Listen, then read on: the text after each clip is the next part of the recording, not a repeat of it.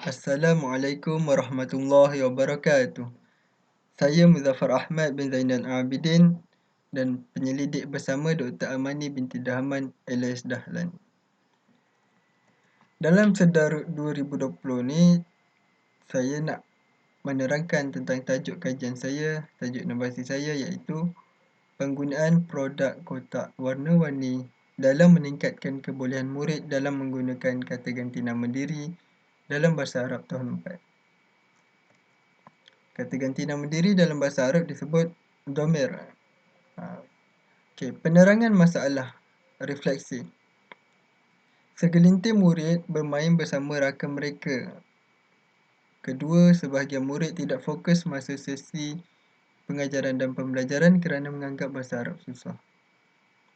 Analisis pembelajaran terdahulu, murid bermain bersama kawan mereka, murid berbual dengan rakan mereka, murid tidak menumpukan perhatian, murid tidak faham isi pembelajaran dan akhir sekali murid tidak suka belajar bahasa Arab. Analisis dokumen. Murid yang mendapat markah cemerlang adalah sebanyak 2 daripada 10 orang, iaitu 14%.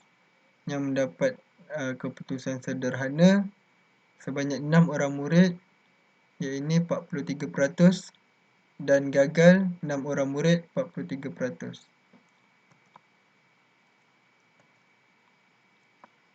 Persoalan kajian terdapat 2 iaitu adakah menggunakan produk kotak warna-warni membolehkan murid-murid membezakan antara kata ganti nama diri lelaki dan perempuan, dan soalan kedua, adakah menggunakan produk kotak warna-warni meningkatkan minat murid mempelajari bahasa Arab.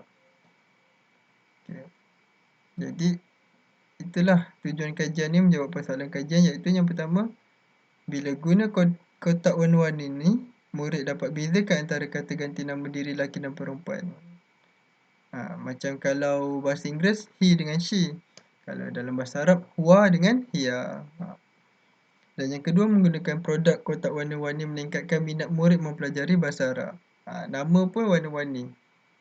Jadi, memang meningkatkanlah minat murid. Peserta kajian sebanyak 5 orang murid. Kelas 4 dinamik, jantina 3 murid lelaki, 2 murid perempuan. Sekolah Kebangsaan Teluk Malik. Apa yang pelajar ni buat? Yang pertama, murid bermain pensel. Mereka bosan lakukan aktiviti pembelajaran, mereka tidak menjawab soalan guru dengan betul, dan murid tak mampu ingat kata ganti nama diri.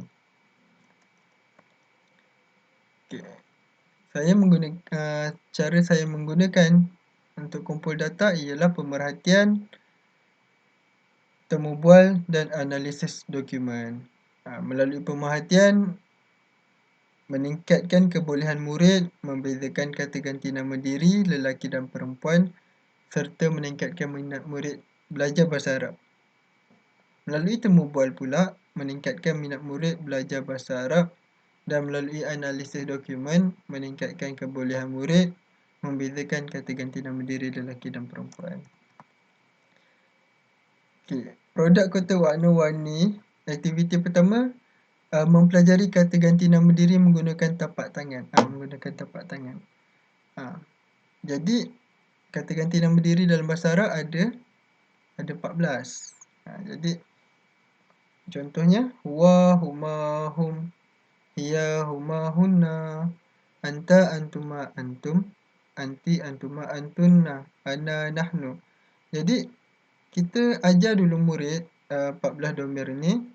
Bila murid dapat sebut, bila murid dapat sebut dengan betul dan jelas, barulah murid pergi ke aktiviti kedua, iaitu menghafaz kata ganti nama diri menggunakan lagu.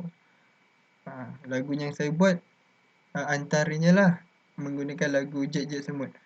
Huwa, huma, hum, hiya, huma, hunna, anta, antuma, antum, anti, antuma, antunna, ana, nahnu, ana, nahnu, hayya nata'arrafu, dhamir munfasil. Contohnya macam tu lah. Jadi murid lebih bersemangat. Jadi murid pun dapat bezakan yang ni saya kata ni lelaki, ni perempuan, lelaki, perempuan dan ni boleh lelaki, boleh perempuan. Jadi inilah antara cara murid dapat bezakan antara lelaki dan perempuan. Okey, dapatan kajian dari unsur pemerhatian. Yang pertama, murid menjawab soalan guru sebelum daripada 5 orang tu seorang je, iaitu 20%, dan selepas semua murid 5 orang tu, iaitu sebanyak 100% dapat menjawab soalan guru. Yang kedua, murid menyebut kata ganti nama diri dalam bahasa Arab dengan betul dan jelas. Sebelum kajian dilakukan, hanya seorang, samalah macam tadi, iaitu 20%, dan selepas sebanyak 5 orang, iaitu 100%. Yang ketiga, murid dapat membezakan kata ganti nama diri antara lelaki dan perempuan. Murid sebelum kajian, mereka tak boleh langsung pun nak bezakan antara lelaki dan perempuan. Lepas kajian, sebanyak 4 orang dapat bezakan daripada 5 orang. Dan yang keempat, murid mampu menulis semua kata ganti nama diri dalam bahasa Arab tanpa melihat buku atau nota. Sebelum kajian 0%, mereka tak mampu ingat pun. Dan selepas kajian 100%, iaitu 5 orang per 5 orang. Okey, analisis ujian sebelum dan selepas. Okey, jadi yang hijau ni adalah sebelum kajian dilaksanakan. Murid pertama dapat 14, murid kedua dapat 20, murid ketiga dapat 26, murid keempat dapat 22 dan murid terakhir kosong, langsung tak dapat. Jadi selepas kajian dilaksanakan, murid pertama ni dapat 70. Ini peningkatan sebanyak 56 markah. Yang kedua 80, meningkat menjadi 100. Yang ketiga pun mendapat 100, iaitu meningkat sebanyak 74. Murid keempat meningkat sebanyak 78 menjadi 100 dan murid yang tak tahu langsung tadi dapat 60. Okey, cadangan penambahbaikan. Okey, yang pertama melaksanakan produk kotak warna-warni ni pada tajuk lain. Tajuk lain.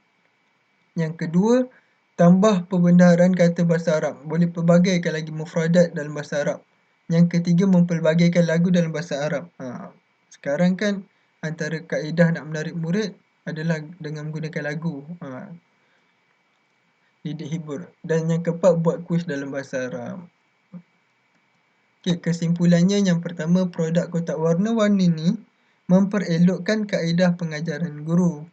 Yang kedua, produk kotak warna-warni membezakan kata ganti nama diri antara lelaki dan perempuan. Dan yang ketiga, produk kotak warna-warni meningkatkan minat murid belajar bahasa Arab. Okey, sekian, terima kasih daripada saya. Assalamualaikum warahmatullahi wabarakatuh.